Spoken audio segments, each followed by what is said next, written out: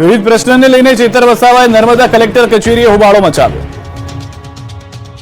નર્મદા જિલ્લાના કેટલાક પ્રશ્નોને લઈને આમ આદમી પાર્ટીના ધારાસભ્ય ચેતર વસાવા સહિતના કાર્યકર્તાઓએ હોબાળો મચાવ્યો। નર્મદા કલેક્ટર કચેરી મોટી સંખ્યામાં પહોંચીને હલ્લાબોલ કર્યો। એક આંદોલન સ્વરૂપે નર્મદા જિલ્લા સેવા સદન ખાતે પોતાના સમર્થકો સાથે સૂત્રોચ્ચાર કરતા આવ્યા।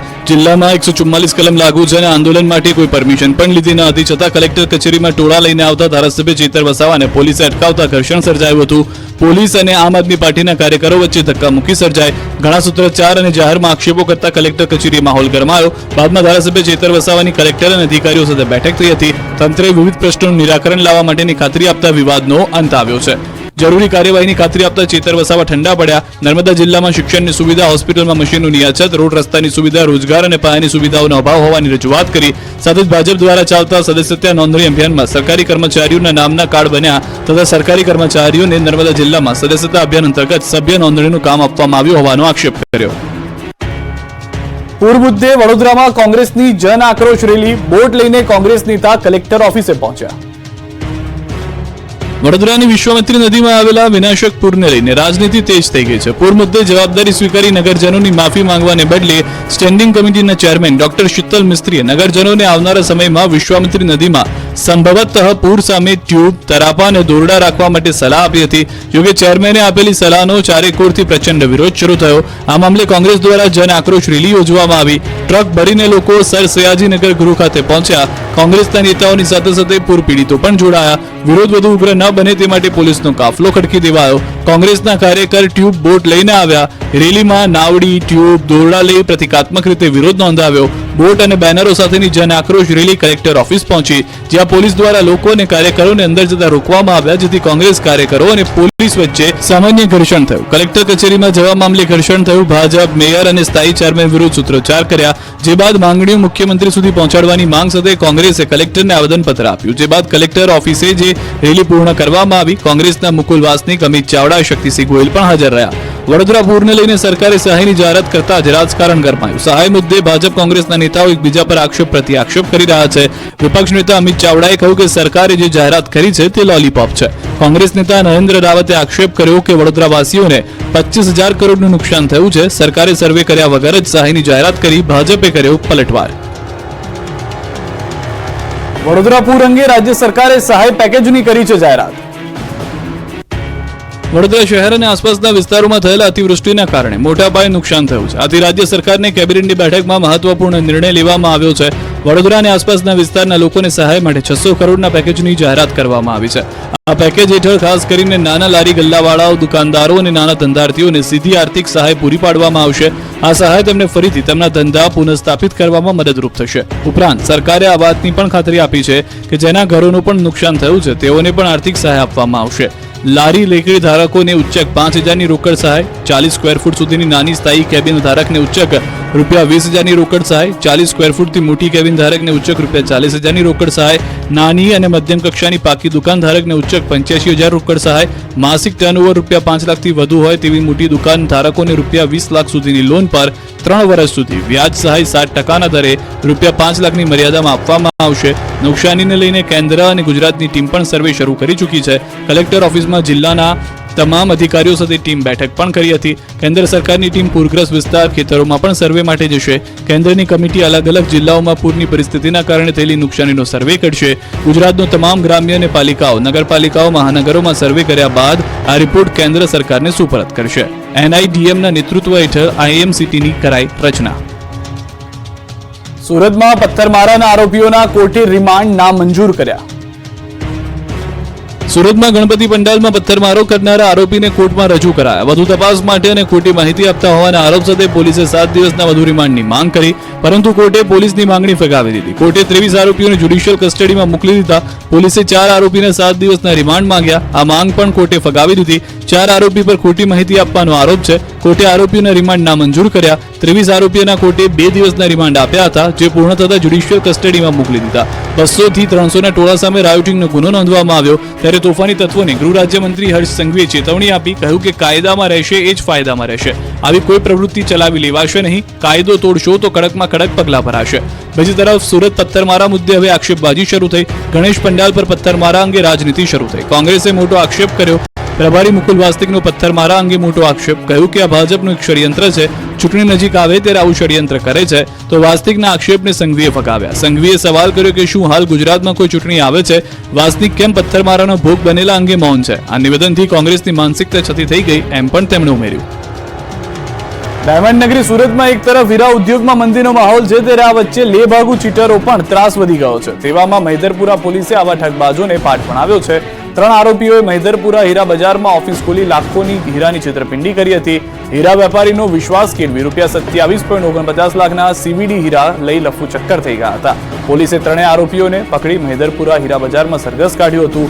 આવા ઠગોની હીરા બજારમાં વેપારીઓ ઓળખી શકે તે માટે હીરા બજારમાં વેપારીઓની વચ્ચે આરોપીઓનું સરઘસ કાઢ્યું.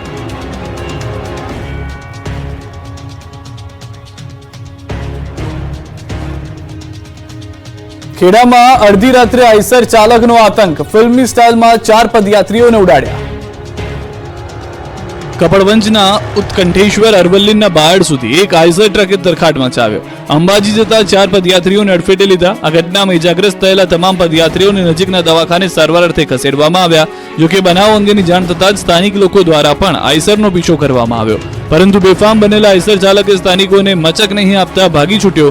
સાથે જ તેણે રેલિયા ચેકપોસ્ટ ઉપર કરાયેલ બેરિકેટિંગને પણ ફિલ્મી સ્ટાઇલમાં ઉડાવ્યું. અંતે આ આઈસર ચાલકે અરવલ્લીના બાયડમાં આઈસર છોડીને ફરાર થઈ ગયો. આ ઘટનાને પગલે સ્થાનિક પોલીસ કાફલો તાત્કાલિક અસરથી ઘટના સ્થળે આવી પહોંચેલ અને પોલીસે આઈસરનો કબજો લઈને વધુ તપાસ હાથ ધરી હતી. મહત્વનું છે કે આઈસર દહેગામથી ટ્રી ગાર્ડ લઈને મોડાસા તરફ જવા નીકળી હોવાની પ્રાથમિક માહિતી પ્રાપ્ત થઈ છે. તો નજીક આવતા તેલના ભાવમાં તેજીનો તડકો, કપાસિયા અને પામોલીન તેલના ભાવમાં ભડકો. રાજકોટમાં કપાસિયા અને પામોલીન તેલના ભાવમાં વધારો થયો છે. એક સપ્તાહમાં કપાસિયા તેલમાં એક ડબ્બા પર ₹75 વધારો થયો, જ્યારે પામોલીન તેલમાં એક સપ્તાહમાં ₹60 વધારો થયો. કપાસિયા તેલનો ડબ્બો 1790 થી વધીને ₹1885 સુધી પહોંચ્યો. બીજી તરફ પામોલીન તેલનો ડબ્બો 1605 થી વધીને ₹1685 થયો. રાયડાના તેલમાં ₹50, કોપરેલ તેલમાં 120નો વધારો. રાજકોટમાં સિંગ તેલ સિવાય કપાસિયા અને પામોલીન તેલમાં વધારો. વરસાદથી તેલીબિયા પાકો અને નુકસાનીના અંદાજને લઈને ભાવમાં સતત વધારો થયો. ગુજરાતમાં ભારે વરસાદને કારણે તેલીબિયા પાકોમાં મોટા પ્રમાણમાં નુકસાન થયું, જેને લઈ અલગ અલગ તેલના ભાવમાં ઉછાળો આવ્યો. પામોલીન તેલમાં ડ્યુટી લગાવવાની હતી, જેના કારણે ઇમ્પોર્ટર્સે વેચાણ બંધ રાખ્યું હતું, જેના લીધે પણ ભાવમાં વધારો થયો છે. જોકે આંશિક રાહતની વાત એ છે કે સિંગ તેલના ભાવમાં ₹40નો ઘટાડો થયો છે. રાજકોટ તેલ બજારમાં સિંગ તેલના ભાવ પ્રતિ 15 કિલોના નવા ડબ્બા દીઠ 2630 થી 2680 થી ઘટીને 2590 થી 2640 સુધી નીચે ઉતર્યા છે. આ વર્ષે મગફળીના વાવેતરમાં સરેરાશ 10% જેટલો વધારો થયો છે, ત્યારે ઉત્પાદન વધવાની આશા વચ્ચે સિંગ તેલના ભાવમાં ઘટાડાનું વલણ સર્જાયું. પણ તહેવારો પહેલા તેલના ભાવમાં તડકો લાગતા ગૃહિણીઓનું બજેટ ખોરવાયું. તેલના ભાવ જનતાનું કાઢી નાખશે તેલ. અંબાજીમાં ભાદરવી પૂનમના મેળાનો પ્રારંભ, મહીસાગરથી શ્વાન પણ નીકળ્યો માં અંબાજીના દર્શને. શક્તિપીઠ અંબાજીમાં ભાદરવી પૂનમના મેળાનો પ્રારંભ થઈ ગયો છે. જિલ્લા કલેક્ટર મિહિર પટેલ અને જિલ્લા પોલીસ વડા અક્ષયરાજ મકવાણાએ માતાજીનો રથ ખેંચીને અંબાજીમાં પ્રવેશ કરાવ્યો. સાથે જ માં અંબાની પ્રતિમા સામે દીપ પ્રાગટ્ય કરી 7 દિવસના મેળાને ખુલ્લો મૂક્યો. મેળામાં આરોગ્ય, સુરક્ષા અને ભરપેટ ભોજન સહિતની અનેક વ્યવસ્થાઓ શ્રદ્ધાળુઓ માટે કરાઈ છે, જેનો પણ શુભારંભ કરાયો. કલેક્ટર અને જિલ્લા પોલીસ વડાએ શ્રદ્ધાળુઓને જાતે ભોજન પીરસ્યું. લાખોની સંખ્યામાં પગપાળા સંઘ, ધજા અને રથ સાથે માં અંબાના દરબારમાં પહોંચી રહ્યા છે. અંબાજી મંદિર પરિસરમાં ગઈકાલથી જ શ્રદ્ધાળુઓનો જમાવડો જોવા મળી રહ્યો છે. માઈ ભક્તો દર્શન માટે અંબાજી પહોંચી રહ્યા છે. બોલ માળી અંબે, જય જય અંબેના નાદ સાથે ચાચર ચોક ગુંજી રહ્યો છે. ધજા સાથે ભક્તોનો અવિરત પ્રવાહ મંદિરમાં માં અંબાના દર્શન માટે પહોંચી રહ્યો છે. અંબાજી જતા રસ્તાઓ પર ઠેર ઠેર સેવા કેન્દ્ર ઉભા કરાયા છે, જ્યાં પગપાળા જતા ભક્તો પ્રસાદ લઈ વિશ્રામ કરી રહ્યા છે. 7 દિવસ ચાલનારા મેળામાં 35 લાખથી વધુ પદયાત્રી આવવાનો દાવો થઈ રહ્યો છે. તમામ યાત્રિકોને આજથી 7 દિવસ માટે બંને ટાઈમ નિઃશુલ્ક ભોજન પીરસાશે. સાથે જ અંબાજી આવતા તમામ યાત્રિકોને વીમા કવચથી સુરક્ષિત કરાયા છે. આ વીમા કવચ અંબાજીથી 20 કિલોમીટરની ત્રિજ્યામાં લાગુ પડશે. ત્યારે રાજ્ય સરકાર પણ યાત્રિકોની સુરક્ષાને લઈને સજ્જ થઈ ગઈ છે. લોકોના આરોગ્ય સુખાકારી માટે હરહંમેશ ઊભી રહેતી 108 મેડિકલ ઇમરજન્સી સેવા વધારાઈ છે. યાત્રિકોની સેવા માટે 8 જેટલી એમ્બ્યુલન્સ 15 જેટલા રૂટ પર મૂકવામાં આવી છે. મેળા પૂર્ણ ન થાય ત્યાં સુધી એમ્બ્યુલન્સ કાર્યરત રહેશે. અંબાજીમાં મેળાને લઈને માનવ મહેરામણ ઉમટ્યું છે, ત્યારે અરવલ્લી જતા એક સંઘમાં આશ્ચર્યજનક દ્રશ્યો દેખાયા. સામાન્ય રીતે પદયાત્રીઓમાં માનવ મહેરામણ જોવા મળે, પરંતુ અહીં તો ભક્તોના સંઘ સાથે એક શ્વાન પણ પદયાત્રી બનીને પગપાળા જઈ રહ્યો છે અંબાજી. મહીસાગરથી અંબાજી જતા સંઘના રથ સાથે ગળામાં માતાજીની ચુંદડી બાંધેલો શ્વાન પણ પગપાળા જઈ રહ્યો છે. બાબલિયા ચોકડીથી અત્યાર સુધીમાં 60 કિલોમીટર આ શ્વાન કાપી ચૂક્યો છે. જ્યાં રથ થોભે ત્યાં આ શ્વાન ઉભો રહી જાય છે. રસ્તે સંઘ સાથે જતા શ્વાનની લોકો પણ કુતૂહલતામાં જોવા મળી રહ્યા છે. માં જગદંબાની ભક્તિનો માહોલ જ એવો છે, જેમાં અબોલ પ્રાણી પણ લીન થઈ જાય છે. અંબાજી મેળાનો પ્રારંભ થતા બનાસકાંઠામાં ધમધમ્યા સેવા કેમ્પ. જગતજનનીમાં અંબાના ધામ અંબાજીમાં ભાદરવી પૂનમના મહામેળાનો પ્રારંભ થઈ ગયો. અંબાજી જતા માર્ગો બોલ માડી અંબે જય જય અંબેથી ગુંજવા લાગ્યા.